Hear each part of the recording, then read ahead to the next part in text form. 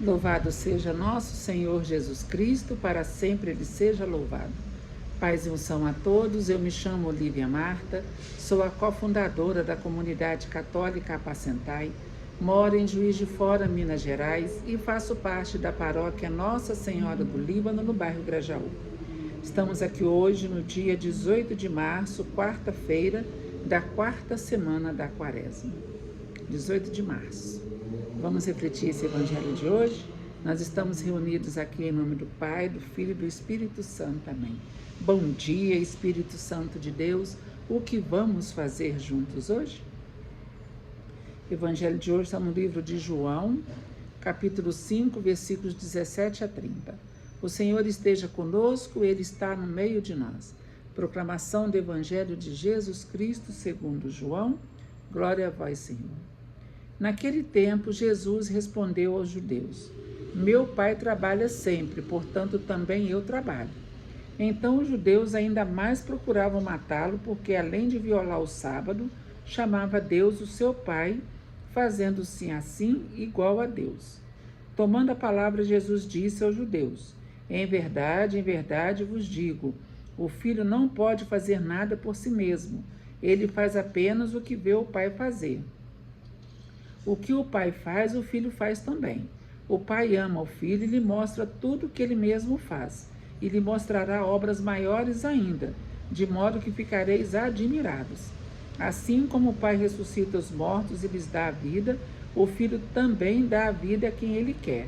De fato, o Pai não julga ninguém, mas ele deu ao Filho o poder de julgar, para que todos honrem o Filho assim como honram o Pai.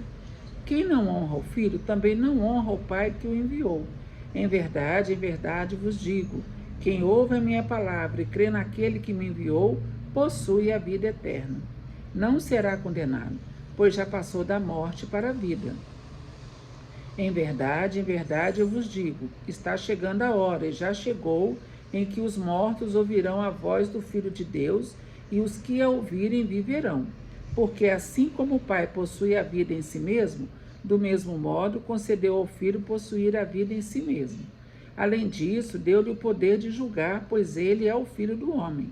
Não fiqueis admirados com isso, porque vai chegar a hora em que todos os que estão nos túmulos ouvirão a voz do Filho e sairão. Aqueles que fizerem o bem ressuscitarão para a vida, e aqueles que praticaram o mal para a condenação. Eu não posso fazer nada por mim mesmo, eu julgo conforme o que escuto. O meu julgamento é justo, porque não procuro fazer a minha vontade, mas a vontade daquele que me enviou.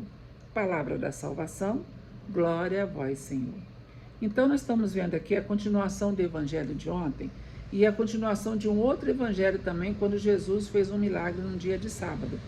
Quando ele fez lama com a saliva, passou nos olhos do cego, mandou ele se lavar na piscina de Siloé. Ontem a gente viu Jesus curando um paralítico que estava há 38 anos à beira da piscina de Betesda, né? Esperando alguém colocar ele na água quando o anjo passasse e borbulhasse a água. Mas essas boas ações de Jesus, porque Jesus é misericordioso, isso incomodou muito aqueles judeus. E aí Jesus vai dar uma lição neles. Cara, vou deixar a pessoa sofrendo só porque é sábado. Justamente por ser sábado que é dia de fazer as boas coisas. Imagina a gente, de segunda a sexta ou de segunda a sábado, correndo para lá e para cá. Aí chega domingo, dia do Senhor. Se eu tenho como fazer uma boa ação no domingo, dia do Senhor, eu tenho que fazer essa boa ação. E Jesus, ele não escolhia dia, nem hora, nem nada. Ele fazia. É para fazer, para fazer. Por quê? Porque Jesus é o Senhor do sábado. Quem criou os dias da semana? Foi o sábado que criou Jesus ou foi Jesus que criou o sábado? Quem que é o Criador e a criatura? Gente, Deus pode todas as coisas. É Ele que fez tudo. Mas era um escândalo para esses homens. Por quê? Porque cada vez que Jesus fazia um ato de misericórdia, mais ele ficava bem visto, mais eles corriam o risco de perder o trono por causa de Jesus. Entenderam? Por que eles ficaram tão incomodados quando Jesus fazia as coisas bem feitas, as coisas certas? Eles não queriam que Jesus tivesse a fama que ele tinha, mas Jesus tinha, tem até hoje, porque Jesus é Deus, né? Para a ele toda a honra e toda a glória. Se ele curar, ele é Deus. Se ele não curar, ele é Deus. Se ele tiver misericórdia, ele é Deus. Misericórdia ele vai ter sempre, né? Porque o coração de Jesus é um oceano de misericórdia. Entendeu, gente? E isso incomodava aqueles homens. Agora tem uma parte do evangelho aqui que me chamou muita atenção. Não fiqueis admirados com isso, porque vai chegar a hora em que todos os que estão nos túmulos ouvirão a voz do Filho e sairão. Aqueles que fizeram o bem ressuscitarão para a vida, e aqueles que praticaram o mal para a condenação. Isso é um fato muito importante. Aqui, todos nós vamos ressuscitar um dia, todos. Aí Jesus vai separar as ovelhas dos cabritos. Vem, vem, benditos de meu Pai, toma posse do reino que foi preparado para ti, desde que o mundo foi criado. Eu tinha uns 7, 8 anos quando essa música foi lançada pela Igreja Católica.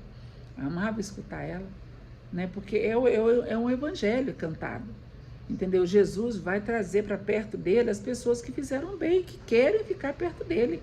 Quem não praticou o bem, que só fez coisa errada, que não aceitou Jesus como seu Senhor e Salvador, vai querer ficar fazendo o que perto dele?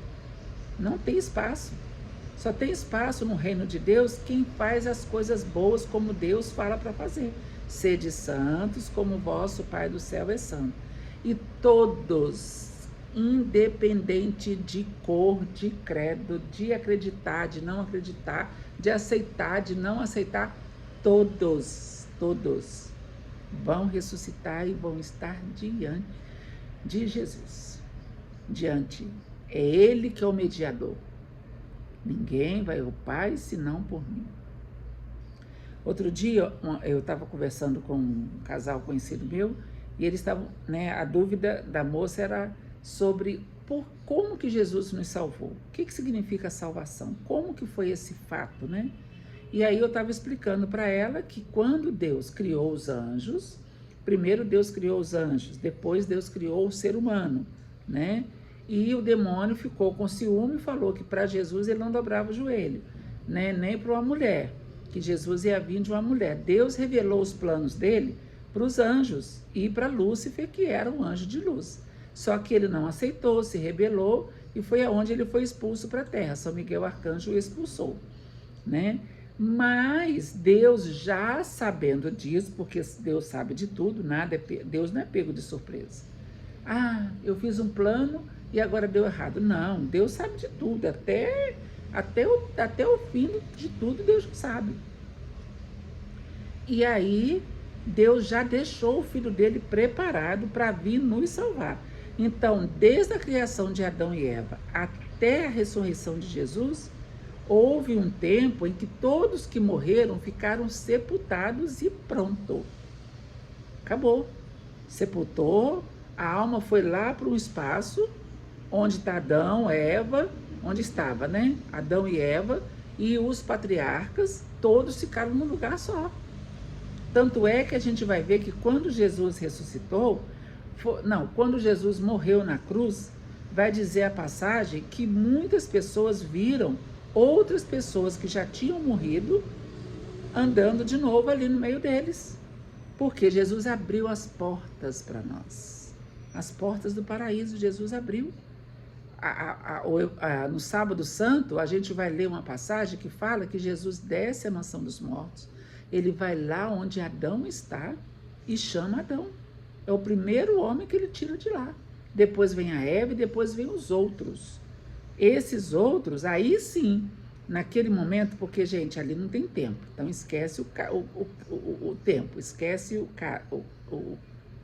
tempo, relógio, esquece. Ali, naquele momento, Jesus já perdoou Adão, né? Porque foi o primeiro homem, foi levado ao céu. Estavam esperando para poder, né, estar com Deus, mas nunca mais ouvir a voz de Deus, né?